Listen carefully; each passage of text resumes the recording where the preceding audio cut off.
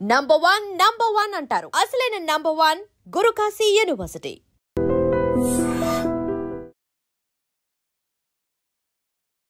Welcome to dream. It's me Anusha Komal. ఇవాళ మన guest visa pros MD Sheikh Azad garu ఉన్నారు. వారితో మాట్లాడదాం.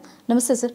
నమస్కారం. సో ఇప్పుడు ట్రంప్ నిర్ణయాలు భారత్కి మంచా చెడా ఎలా ఉండబోతోంది అన్నదే ఆసక్తికరంగా మారింది. ఫస్ట్ ఆఫ్ ఆల్ మనం తీసుకుంటే H1B వీసా గురించే. సో అందరిలో ఒక టెన్షన్, దీని మీద ఏమన్నా నిర్ణయం తీసుకునే అవకాశం ఉందా? ఉంటే కనుక మన వాళ్ళు ఎలా ఎఫెక్ట్ అయ్యే ఛాన్స్ ఉంటుంది? ఓకే, నమస్కారం అండి. సో నా పేరు ఆజాద్ అండి, visa pros managing director. So ఇంతకు ముందుతో మనం కంపేర్ చేసుకుంటే H1B వీసా అనేది కొంచెం కష్టతరంగా ఉండబోతుంది. ఎందుకు అంటే ట్రంప్ వచ్చిన తర్వాత పాలసీస్లో చాలా చేంజెస్ చేసే అవకాశాలు చాలా ఉన్నాయి. H1B వీసా వచ్చేసి బేసిక్గా ఇండియాలో ఎవరైతే ఎంప్లాయీస్ ఉన్నారో వాళ్ళని యుఎస్లో కంపెనీస్ హైర్ చేసుకోవడానికి ఒక వెసులుబాటు ఉండే వీసా అండి. సో ఇది ఒక ఇండియా ఒకటే చెల్లించదు. H1B visa is world wide visa. ప్రపంచంలో ఎవరైనా సరే ఈ వీసాకి అప్లై చేసుకోవచ్చు. అమెరికాలో ఉండే కంపెనీస్ ప్రపంచంలో ఎవరైనా సరే వాళ్ళని హైర్ చేసుకోవచ్చు. సో ఆ కేటగిరీ వచ్చేసి H1B. This is a work visa అండి కంప్లీట్గా. సో ఈ వ్యాలిడిటీ ఆఫ్ వీసా వచ్చేసి 6 years ఉంటుంది. ఫస్ట్ 3 years ఇస్తారు, ఆ తర్వాత ఇంకొక 3 years కూడా ఎక్స్టెండ్ చేస్తారండి. సో ఇంత ముందుతో కంపేర్ చేసుకుంటే కొంచెం రూల్స్ కొంచెం కష్టతరంగా ఉండబోవచ్చు. మెయిన్గా మన ఇండియన్స్, ఇందులో దాదాపు మెజారిటీ ఆఫ్ పీపుల్ యుఎస్లో H1B వీసా మీద ఉన్నవాళ్ళు ఎవరు అంటే మేజర్గా ఇండియన్స్. అందులో కూడా టెక్ ఇండస్ట్రీకి సంబంధించిన వాళ్ళు ఎక్కువ మంది H1B వీసాని ఆప్ట్ చేసుకుంటారు. ఓకే. సో ఇంతకు ముందుతో పోల్చుకుంటే కొన్ని పాలసీస్లో కొన్ని చేంజెస్ చేసే అవకాశాలు చాలా ఉన్నాయి. ఇంతకు ముందుతో పోల్చుకుంటే అంత వెసులుబాటుగా ఉండకపోవచ్చు ఈ ప్రభుత్వం. కానీ వీటన్నిటికీ కాలమే చెప్తుంది. ముందుకు మనం వెళ్ళిన తర్వాత ఎటువంటి రూల్స్, ఎటువంటి చేంజెస్ చేస్తారనేది కాలమే నిర్ణయిస్తుంది. సో ఎటువంటి రూల్ చేంజ్ చేయాలన్నా సరే ఫస్ట్ అప్రూవల్ కూడా ఉండాలి from both the parties. So అలా అప్రూవ్ ఉన్న తర్వాతే వాళ్ళు ఎటువంటి నిర్ణయాలైనా తీసుకోగలుగుతారు. ఓకే. ఈ H1B వీసా వచ్చేసి అమెరికాలో ఉండే కంపెనీస్ ఒక క్యాండిడేట్ని హైర్ చేసుకోవాలి అంటే ఒక వీసా, బేసిక్గా H1B వీసా అనేది వాళ్ళకి వర్తిస్తుందండి. సో ఇది H1B వీసా అనేది ఎవ్రీ ఇయర్, ప్రతి సంవత్సరం కూడా ఓన్లీ లిమిట్ అంటే పరిమిత పరంగా మాత్రమే వీసాలు ఇస్తారు. సో టోటల్గా 65,000 వీసాలు ఉంటాయి. అందులో అమెరికాలో మాస్టర్స్ ఎవరైతే చేస్తారో వాళ్ళకి సపరేట్గా ఇంకొక 20,000 ఉంటాయి. సో మొత్తం కలిపి అరౌండ్ 85,000 వీసాస్ అనేవి ఉంటాయి. సో అదేవిధంగా ఇది ఓన్లీ ఐటీ వరకే పరిమితం కాకుండా ఎవరైతే స్కిల్డ్ వర్కర్స్ ఎవరైతే ఉన్నారో వాళ్ళందరికీ ఈ వీసా అప్లై చేసుకోవడానికి వర్తిస్తుంది.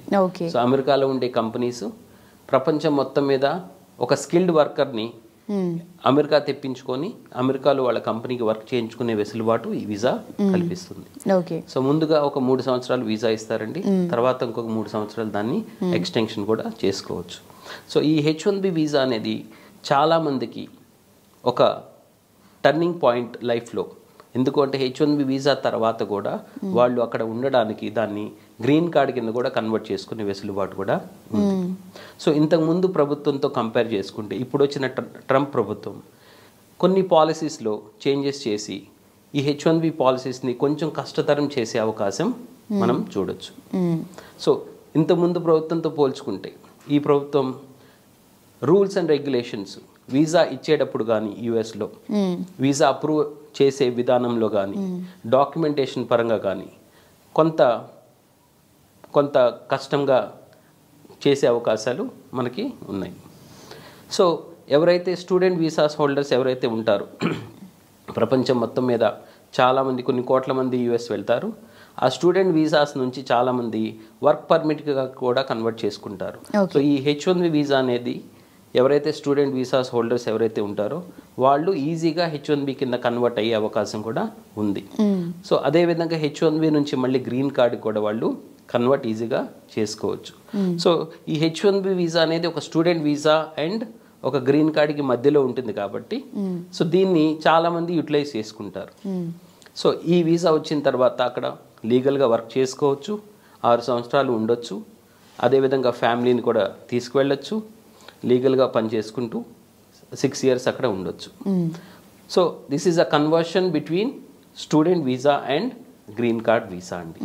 సో గ్రీన్ కార్డ్ అంటే అది పర్మనెంట్ రెసిడెన్సీ అంటారు, పిఆర్ అని కొన్ని దేశాల్లో అంటారు, స్పెసిఫిక్గా అమెరికాలో గ్రీన్ కార్డ్ అంటారండి. ఇట్ ఈస్ నథింగ్ బట్ ఇప్పుడు మెయిన్గా ఇప్పుడు ట్రంప్ నిర్ణయాలు అనగానే ఫస్ట్ ఇమిగ్రెంట్స్కి ఫస్ట్ థాట్ వస్తుంది. సో ఇమిగ్రేషన్కి సంబంధించి అక్కడ ఉన్న ఇమిగ్రెంట్స్కి కానీ ఎలాంటి చేంజెస్ రాబోతున్నాయి, అసలు రాబోతున్నాయా, ఎలా ఉంటుంది? చాలా మంచి ప్రశ్న అండి.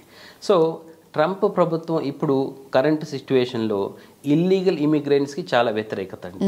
తను ఫస్ట్ నుంచి ఏం చెప్తున్నాడంటే, నేను అమెరికాలో గోడ కడతాను, బోర్డర్లో గోడ కడతాను, కట్టాడు కూడా.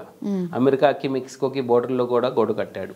సో ఎందుకు అంటే ఇల్లీగల్గా ఎవరైతే వేరే దేశాల నుంచి తరలి వస్తున్నారో అమెరికాలో సెటిల్ అవ్వడానికి వాళ్ళకి అడ్డుకట్ట వేయాలని చెప్పి మెయిన్గా ఇటువంటి నిర్ణయాలు ట్రంప్ తీసుకుంటున్నాడు. సో అందులో మేజర్గా వచ్చేసి దాదాపు 1,70,00,000 మంది ఇల్లీగల్ ఇమిగ్రెంట్స్ అమెరికాలో ఉన్నారు. అందులో దాదాపుగా 25,00,000 మంది మన ఇండియన్సే ఉన్నారు. సో వీళ్ళకి చాలా కష్టతరం అవుతుంది. ఎందుకు అంటే ఒక దేశంలో మీరు ఇల్లీగల్గా ఉంటే సో ఆ దేశంలో చాలా ఎక్కువ రోజులు మీరు ఉండలేరు బేసిక్గా, ఎందుకంటే ఎవరైనా ఇల్లీగల్ ఇమిగ్రెంట్ కాబట్టి. సో వీళ్ళకి కష్టతరం అవుతుంది. చాలా కఠిన నిర్ణయాలు తీసుకునే అవకాశాలు ట్రంప్ చేయొచ్చు. సో ఎవరైతే లీగల్గా పనిచేస్తూ ఉన్నారో మన ఇండియన్స్ కానీ ప్రపంచంలో ఏ దేశం నుంచి వెళ్ళి అమెరికాలో లీగల్గా పనిచేసుకుంటూ ఉన్నారో వాళ్ళకి ఇప్పటి వరకు ఎటువంటి ప్రాబ్లం అయితే రాలేదు, ఇక ముందు కూడా రాదనే మనం భావించాలి. సో ట్రంప్ వ్యతిరేకత చేస్తుంది మేజర్గా ఇల్లీగల్గా ఎవరైతే ఉంటున్నారో వాళ్ళకి వ్యతిరేకంగా అతను నిర్ణయాలు తీసుకుంటున్నాడు.